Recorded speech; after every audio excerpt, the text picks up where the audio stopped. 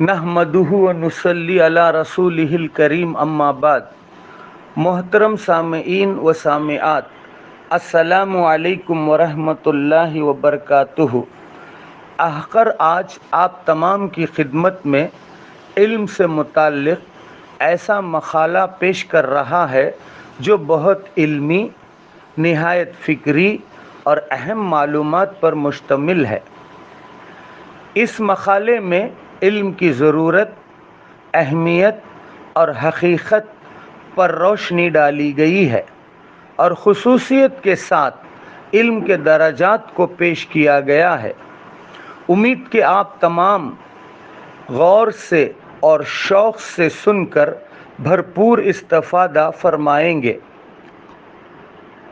آئیے علامہ اقبال علیہ رحمہ کے اس شعر سے مضمون کا آغاز کرتے ہیں۔ دلوں میں ولولے آفاق گیری کے نہیں اٹھتے، نگاہوں میں اگر پیدا نہ ہو انداز آفاقی۔ جیسا کہ معلوم ہے، علم کی دو قسمیں ہیں۔ ایک وہ علم جو حواس خمسہ اور عقل، 5 سینسز اور کامن سینس سے حاصل ہوتا ہے، جیسے اشیاء کائنات کا علم۔ دوسرا وہ علم جو حواس خمسہ، عقل، فطرت اور اجتماعی غور و فکر، 5 سینسز، کامن سینس، نیچر اور گروپ ڈسکشن سے بالاتر ہے، جیسے اللہ کی ذات و صفات، قیامت و آخرت، جنت و دوزخ اور قوانین شرعی کا علم۔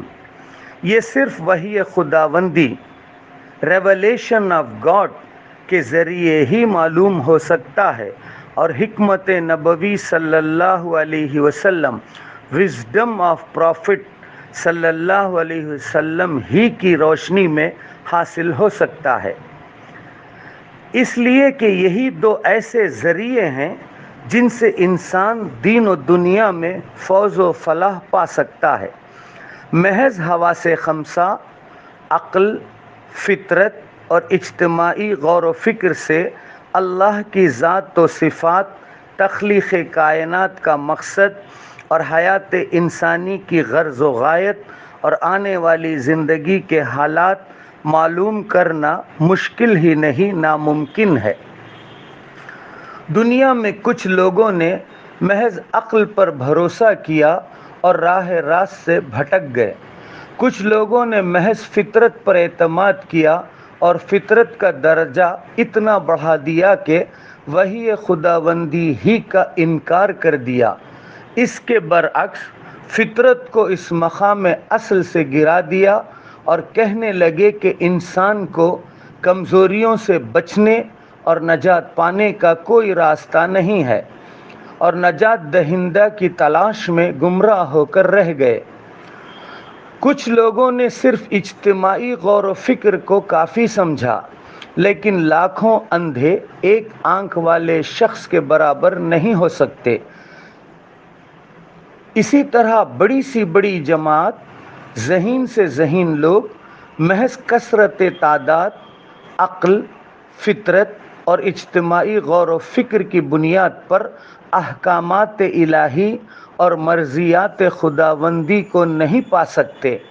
بلا شبہ کچھ کام اور امور ایسے ضرور ہیں جن کا برا بھلا، صحیح و غلط، مناسب و نامناسب، ضروری غیر ضروری ہونا ہمیں عقل، فطرت، اجتماعی غور و فکر سے معلوم ہو جاتا ہے، پھر بھی اس میں قطعیت نہیں ہوتی۔ لیکن اخروی و تشریعی امور کے لیے وحی خداوندی اور اسوہ نبوی صلی اللہ علیہ وسلم ناگزیر ہیں۔ وحی خداوندی اور اسوہ نبوی صلی اللہ علیہ وسلم کی بہترین صورتیں قرآن کریم، حدیث شریف اور سیرت طیبہ ہیں۔ اس لیے کہ عقل، فطرت اور اجتماعی غور و فکر دیے کی روشنی ہیں تو وحی خداوندی اور اسوہ نبوی صلی اللہ علیہ وسلم سورج کی روشنی ہیں۔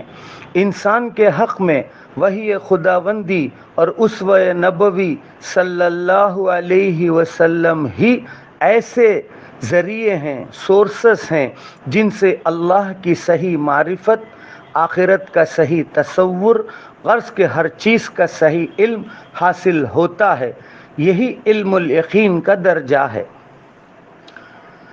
آئیے اب قرآن کریم اور حدیث شریف کی روشنی میں علم کے درجات پر گفتگو کرتے ہیں۔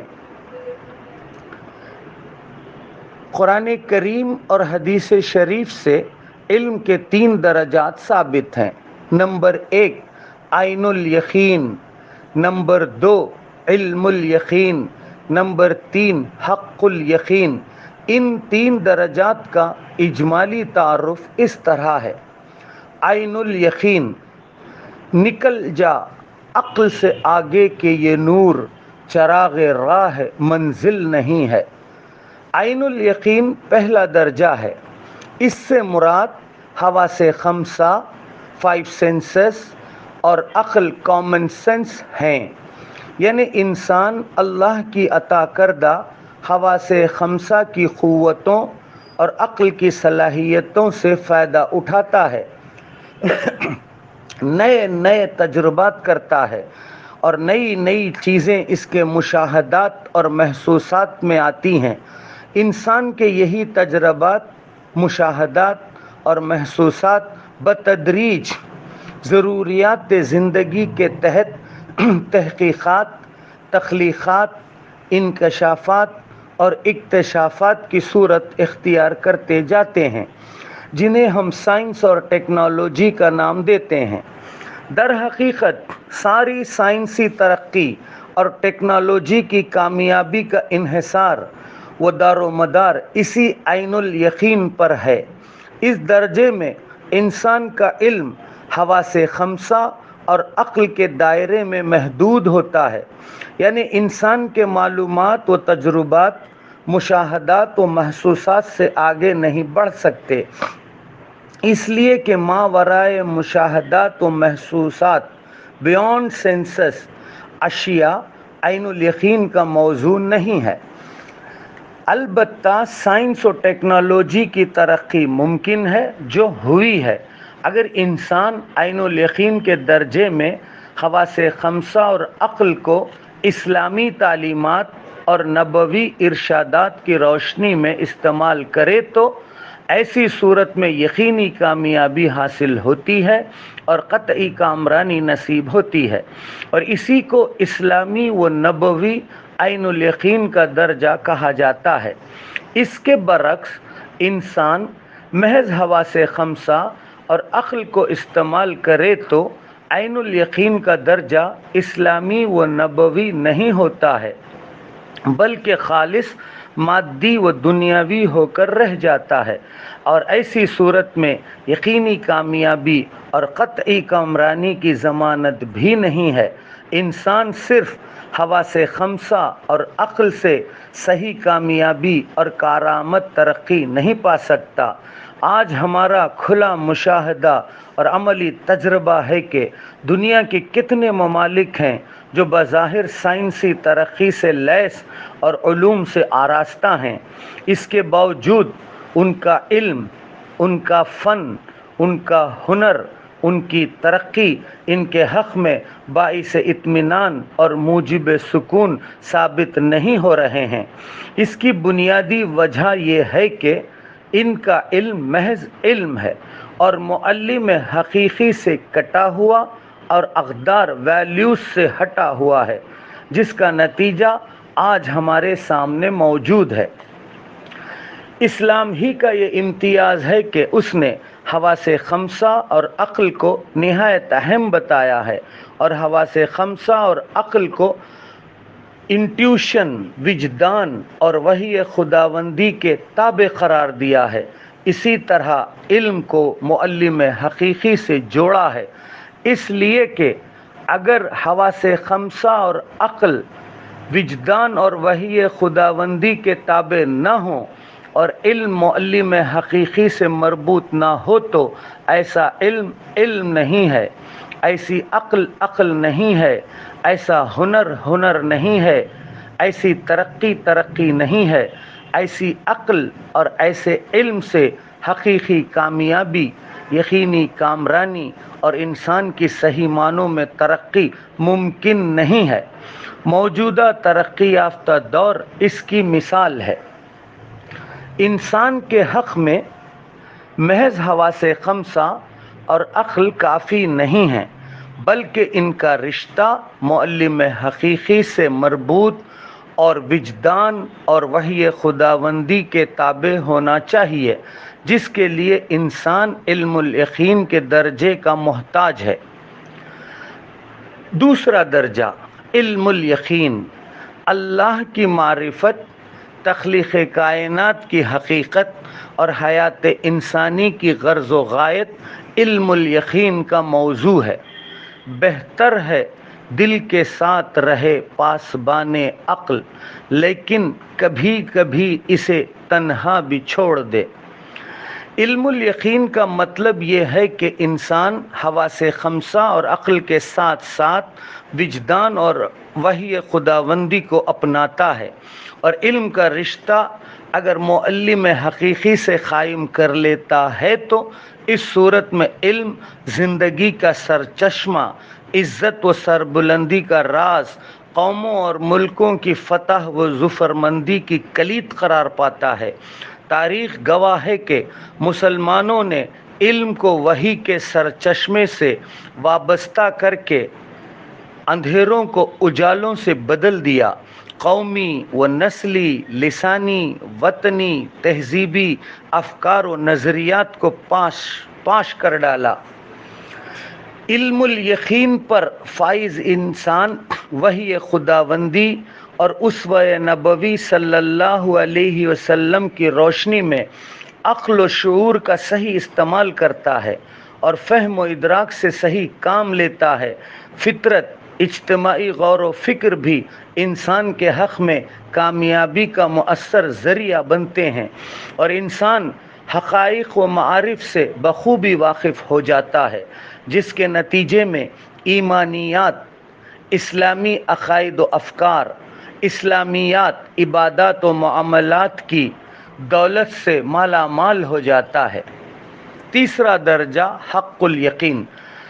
حق الیقین یعنی انسان عین الیقین اور علم الیقین دونوں درجوں پر فائز ہونے کی بنا پر ایمانیات و اسلامیات کے ساتھ ساتھ احسانیات، روحانیت اور اخلاقیات سے بھی سرفراز ہوتا ہے، یعنی فکر صحیح، تزکیہ نفس، تصفیہ قلب اور اصلاح باطن سے آراستہ و پیراستہ ہو جاتا ہے، اور اس درجے پر فائز ہونے کی بدولت انسان کو تکوینی و تشریعی امور کے اسرار و رموز کا ادراک بھی ہونے لگتا ہے۔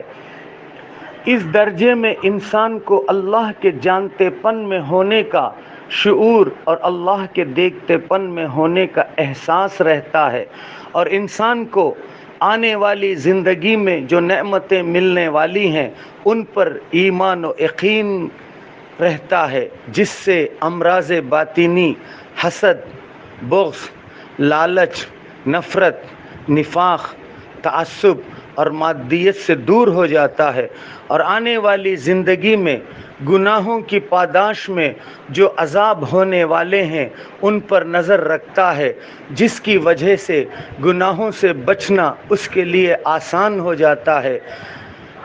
اس شعور کی بدولت انسان نیکیوں کی طرف لپکتا اور گناہوں سے بھاگتا ہے، حقوق ربانی اور حقوق انسانی کو بحسن خوبی انجام دیتا ہے، سوسائٹی کو امن کا گہوارہ بنا دیتا ہے۔